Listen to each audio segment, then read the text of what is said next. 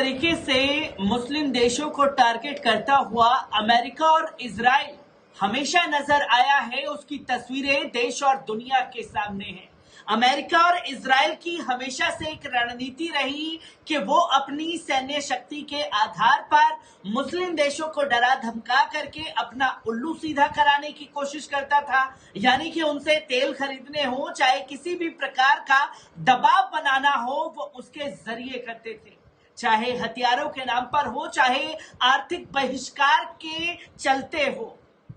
तमाम तस्वीरें जो हैं वो लोगों के सामने समय समय पर आती रही, पर एक देश डंके की चोट पर अमेरिका और इजराइल को नकारता हुआ दिखाई दिया, और वो देश कोई और नहीं बल्कि इस्लामिक गणराज्य ईरान है।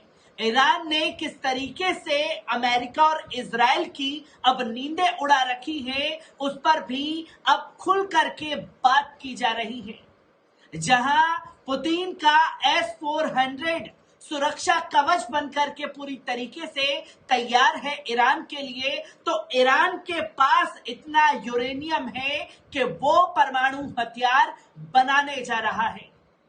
आदाब, नमस्कार, अस्सलाम वालेकुम नाज़रीन। पल पल न्यूज के न्यूज रूम से मैं हूं आपके साथ नदीम अकरम।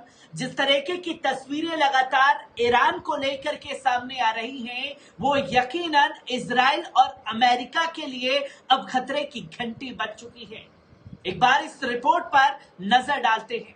इजराइल का सबसे बड़ा दुश्मन ईरान रूस से नया और शक्तिशाली एयर डिफेंस सिस्टम ले सकता है। इजरायली अधिकारियों का मानना है कि यह सुरक्षा प्रणाली तेहरान के परमाणु कार्यक्रम पर संभावित हमले को और मुश्किल बना देगी। मामले से परिचित लोगों ने ये जानकारी दी है।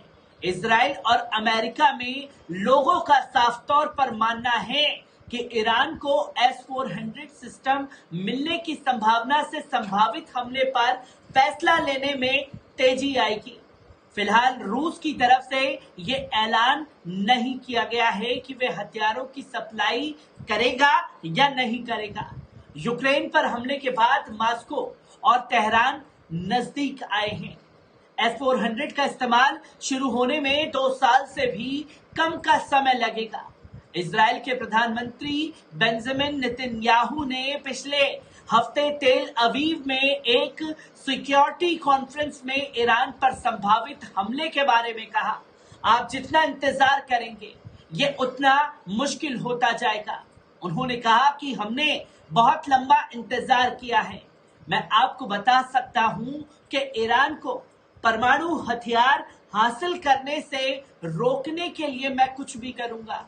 हालांकि इजराइल या अमेरिका की तरफ से ईरान के साथ सीधा सैन्य टकराव वैश्विक तेल आपूर्ति को प्रभावित कर सकता है, क्योंकि पिछले शुक्रवार को अमेरिका ने नेशनल सिक्योरिटी काउंसिल के प्रवक्ता जॉन किर्बी ने कहा कि रूस ने ईरान को डिफेंस कॉरपोरेशन का ऑफर दिया है, जिसमें मिसाइलें, इलेक्ट्रॉनिक्स और एयर डिफेंस सिस्टम शामिल किया गया है।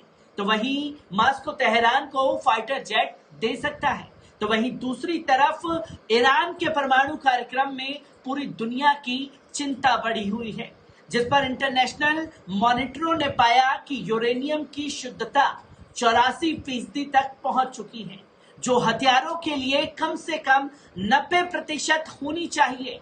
एक वरिष्ठ इजरायली अधिकारी और एक पूर्व वरिष्ठ अधिकारी के अनुसार 2023 के अंत तक ईरान के पास 10 बम बनाने के लिए 60% का समृद्ध प्राप्त यूरेनियम होगा।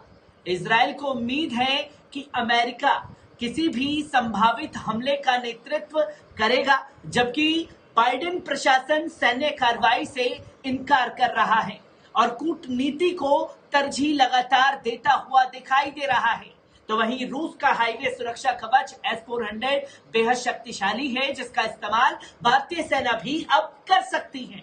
ये 2250 किलोमीटर तक की सीमा एयर टारगेट्स को मार गिरा सकती है। ये अपनी रेंज में आने वाले विमानों, हेलीकॉप्टरों और मिसाइलों को निशाना बना सकता है। तो वहीं ईरान के सशस्त्र बलों ने मंगलवार को देश के संवेदनशील जगहों की रक्षा की अपनी तैयारियों को दिखाने के लिए देश में बड़े पैमाने पर वायु रक्षा युद्धाभ्यास शुरू किया है। ईरानी मीडिया ने यह जानकारी साफ तौर पर दी है। आधिकारिक समाचार एजेंसी IRNA ने युद्धाभ्यास के प्रवक्ता अब्बास फराजपुर का हवाला देते हुए बताया कि ईरानी सेना और इस्लामिक रेवोल्यूशन गार्ड्स कॉर्पस यानी कि IRGC के बलों ने मॉडिफियन उस्मान ए वेलायत 1401 ड्रिल में हिस्सा लिया, जो ईरानी हवाई क्षेत्र के 2/3 हिस्से में है। समाचार एजेंसी शिन्हुआ की रिपोर्ट के हवाले से फराजपुर ने कहा कि ये वायु रक्षा प्रणालियों की गतिशीलता और एक निष्क्रिय रक्षा परिदृश्य में परिचालन बलों की प्रतिक्रिया की गति का परीक्षण करेगा। उन्होंने साफ तौर पर कहा कि सेना की विमानन शाखा और IRGC वायु सेना के मानव युक्त और मानव रहित हवाई टोही के साथ साथ वायु रक्षा डिवीजनों का पता लगाने, ट्रैकिंग और युद्ध प्रणाली का परीक्षण किया जा रहा है। फराजपुर ने कहा कि उन्नत सक्रिय और निष्क्रिय रडार से लैस पूरी तरह से स्वदेशी वायु रक्षा प्रणाली किसी भी शत्रुतापूर्ण लक्ष्य का पता लगाने के बाद उसे ट्रैक करने और उसका सामना करने के लिए ड्रिल क्षेत्र का सर्वेक्षण करेगी, जिसपे तस्नीम समाचार एजेंसी ने ईरान के खत्म अल अनबिया एयर डिफेंस बेस के कमांडर अमीर कादर रहीमजादे का हवाला देते हुए कहा कि देश के संवेदनशील परमाणु और सैन्य केंद्रों पर नकली हमले शुरू करने के लिए 100 से अधिक मानव युक्त और मानव रहित विमानों को शामिल करके देश की वायु रक्षा प्रणालियों का परीक्षण किया। उन्होंने जोर देकर कहा कि सशस्त्र बल ड्रिल में ज्यादातर घरेलू हवाई रक्षा हथियारों का इस्तेमाल करते हैं, जिनमें सुरक्षा कारणों से भूमिगत सुरंगों में छिपे हथियार भी शामिल हैं। तो वहीं कमांडर ने यह भी कहा कि बासिज स्वैच्छिक बल और पुलिस भी संयुक्त अभ्यास में हिस्सा लेगी। माना जा रहा है कि इस अभ्यास के जरिए ईरान अमेरिका को एक बड़ा संदेश देना चाहता है, जिसकी तस्वीरें लोगों के सामने समय समय पर आ रही हैं। और मैं पहले भी कई बार अपनी रिपोर्ट में कह चुका हूं कि दुश्मन का दुश्मन सबसे बड़ा दोस्त होता है।